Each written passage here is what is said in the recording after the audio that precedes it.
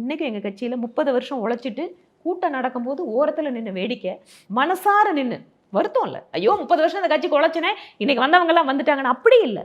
அடடா இந்த கட்சி நம்ம கண்ணு முன்னால் இப்படி வளர்ந்துருக்கேன்னு அந்த ஆனந்தத்தோடு சுற்றி நின்று பார்க்கக்கூடிய ஆட்களும் எங்கள் கட்சியில் இருக்காங்க. அதனால் அத்தனை பேர் உழைப்பு. இன்னைக்கு இதுக்கு முன்னாடி கூட பாருங்கள், இதுக்கு முன்னாடியும் நான் நார்த்தில் போகும்போது பார்க்குறேன், ஜம்மு காஷ்மீரில் பிரஜா பார்ட்டி அவ்வளோ கஷ்டப்பட்டு அவங்க அதுக்கப்புறம் வந்து ஜனசங்கத்தில் சேர்ந்தாங்க.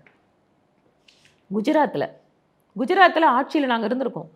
எமர்ஜென்சி ஆட்சி அந்த ஜனதா பீரியடில் ராஜஸ்தானில் எங்களோட கவர்மெண்ட் இருந்திருக்கு, மத்திய பிரதேசில் இருந்திருக்கு. அப்போ அவங்கெல்லாம் அன்றைக்கி உழைச்ச உழைப்பு இன்றைக்கி நாங்கள்லாம் அங்கே ஜெயிச்சிட்டே இருக்கோம். அப்போ யாரும் ஒருத்தங்க உழைச்சிருக்காங்க. அதனால் யாரோட உழைப்பும் நம்ம வந்து இது சின்னது இது பெருசுன்னு சொல்லக்கூடாது. அன்னைக்கு யாருமே இல்லாத காலத்தில் கட்சி கொடி எடுத்துட்டு ஒரு நாள் சம்பளத்தை விட்டுட்டு வந்து நின்னா பாருங்க, அந்த அந்த கட்சி தொண்டனோட தியாகம்தான் இன்னைக்கு இதெல்லாம் கொண்டு வரதுக்கு காரணமாக இருந்திருக்கு.